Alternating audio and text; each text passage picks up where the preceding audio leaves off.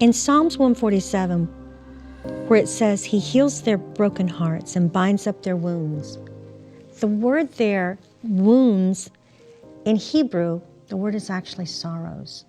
So God binds our sorrows. One of the things I do every morning is I write down my prayers. I write down my thoughts. I write down the problems that I have. And I write down the scriptures that I read that God gives me to comfort my heart. That is a method that I use every single day to get me through that day.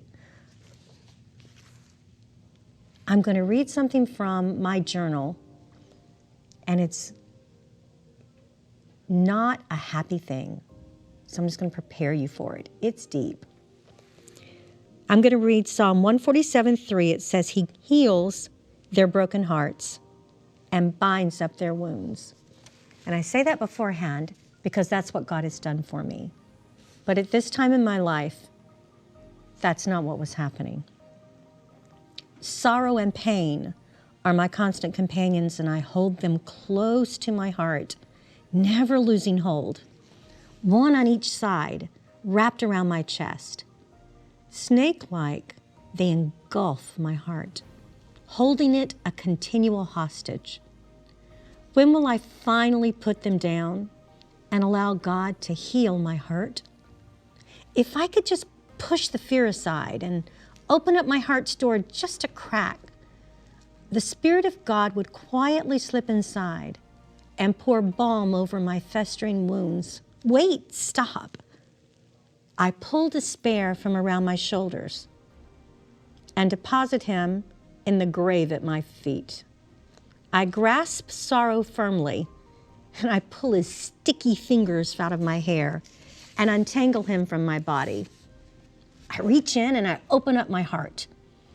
I open up the door with just a simple, God heal me. The tears fall as God comes and gently whispers words of life to my heart. He holds my heart and carefully blows the breath of life into this dead organ. Like a green grass shoot bursting out of the spring, life rushes back into my damaged heart. Even as the circulation returns, I feel pain and begin to release and forgive. I am confused. How did I store up all of this pain, anger, and hurt in this one small place? Where did it all come from? Red, vibrant, and alive, here I am, free and open once again. Truly a miracle that only God can do. When our lives are difficult, to the place that our hearts can't stand the pain anymore, we store it. We store it along with anger and unforgiveness. And until we release that and we take all that sorrow, all the pain, and we just throw it down into our feet, into the ground, and as I said here, into the grave, make it dead. Until we do that, God can't heal us. We have to be open to that time where it comes, where we're able to release that to God. And when we do, just like Psalm 147 says, he heals their broken hearts and binds up their wounds. There comes a time where we have to let things go.